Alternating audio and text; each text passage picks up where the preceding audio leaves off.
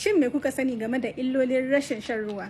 Wato yanda Allah ya halicci dan Adam, 60% of jikin maza ruwa ne, mata kuma 55% jikinsu ne ruwa. So kun ga fiye da rabin jikinmu ruwa ne, don haka in ba ruwa ba rai. Shan ruwa yana da amfani domin kullun jikinmu muna fitar da ruwa ne. Idan mutum ya je bayi yana fitar da ruwa, in mutum ya je fitsari yana fitar da ruwa, in mutum ya yi zufa yana fitar da ruwa, har numfashi in muka yi muna fitar da ruwa ne. Ana recommending maza su sha about 3.7 liters per day, mata kuma about 2.7 liters per day. Wannan ana irga gaba ɗaya ruwan da mutum yake sha a rana ne, har da su tea da su juice. In za mu ba da misali da pure water zalla, maza ana nufin su sha kaman 7.5 kenan fa a rana, mata kuma 5.5. Amma fa wayannan masu cikakken lafiya ne, domin akwai mutanen da ba a so su kuma su sha ruwan da ya kai haka, kamar masu ciwon zuciya ko kuma masu ciwon koda. Rashin shan ruwa yanda ya kamata zai iya jawo mutum matsaloli da yawa. Na farko, rashin shan ruwa yanda ya kamata zai iya sa mutum ya kamu da urinary tract infection, wannan shine sanyin fitsari. Na biyu, rashin shan ruwa zai iya jawo ma mutum wani abin da ake ce kidney stone.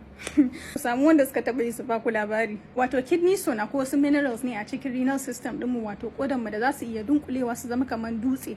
To fitar da dutsen nan ne shine yake zama matsala, zai iya sa mutum ya rinka ciwon ciki mai zafi, mutum ya rinka fitsarin jini da matsaloli da yawa, kuma haka duk rashin shan ruwa zai iya jawowa. Na uku, rashin shan ruwa zai iya jawo matsalan bangida, wato constipation. Hakan shi ma zai iya jawo wasu matsaloli da yawa kamar basir. Na hudu, wanda ba sa shan ruwa sosai, skin ɗinsu zai iya zuwa ya bushe, har ma wrinkles su fara yi, su zo dai suna samun skin problem. A duk abubuwan da muka yi bayani, babban illar rashin shan ruwa akan kidneys ne, wato koda. In mutum baya shan ruwa yanda ya kamata, zai iya shiga abin da muke cewa dehydration, kuma haka zai iya jawo mishi matsalan koda. A simple way da za ku iya ganewa idan kuna shan ruwa yanda ya kamata shine daga fitsarinku. Idan kuka ga fitsari yayi yellow sosai ko kuma brown, to ba ku shan ruwa sosai, amma idan ya zama clear, ya zama mai haske, to kuna shan ruwa yanda ya kamata. Often likitoci ma suna advising mutum ya sha ruwa, ya sha ruwa, ya sha ruwa har sai kalan fitsarin shi ya koma kalar ruwa. Barka da juma'a, a je a sha ruwa.